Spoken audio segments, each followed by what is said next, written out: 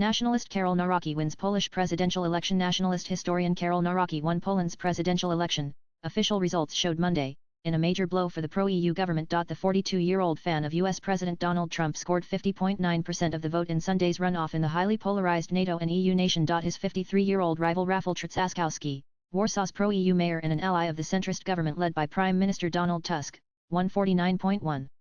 Trzaskowski took hours to concede defeat. Congratulations to Karol Nawrocki. This win is an obligation, especially in such difficult times. Especially with a close result.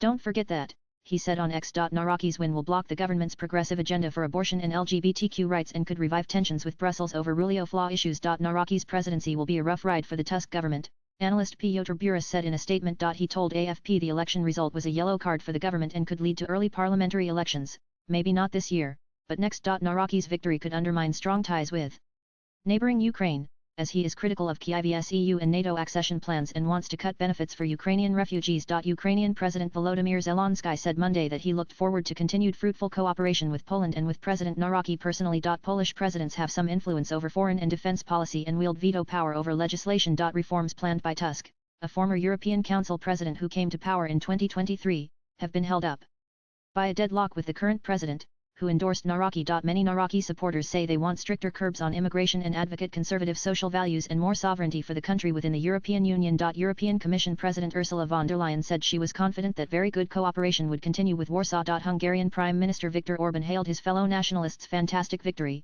writing on X, "We are looking forward to working with you." French far-right leader Marine Le Pen also welcomed the good news, while Italy's far-right Prime Minister Giorgia Meloni offered best wishes to Nawrocki and said their countries share common values. Nawrocki had visited the White House during his campaign and said Trump told him "You will win." An outgoing President Andrzej Duda, a conservative who has served the two-term limit, congratulated Nawrocki and thanked Poles for the voter turnout of 72%. Far-right leader Sławomir Mencen, who came third in the first round of the election and played kingmaker in the runoff, also sent his congratulations. He said his Confederation Party's voters expected Nawrocki to not put Ukraine's interests on par with ours. Nawrocki's victory is likely to embolden the populist Law and Justice PiS party, which governed Poland from 2015 to 2023. I'm glad Nawrocki won. It was a really close race, but I think it'll all be good, Waldemar, a 58-year-old security guard, told AFP in Warsaw. Anna Maria Ziolkiewicz, a 61-year-old accountant from the central city of Lodz, said the brightest Poland won and called Nawrocki a patriot. Trzaskowski voters Gisła Brojek said he expected chaos under the new president,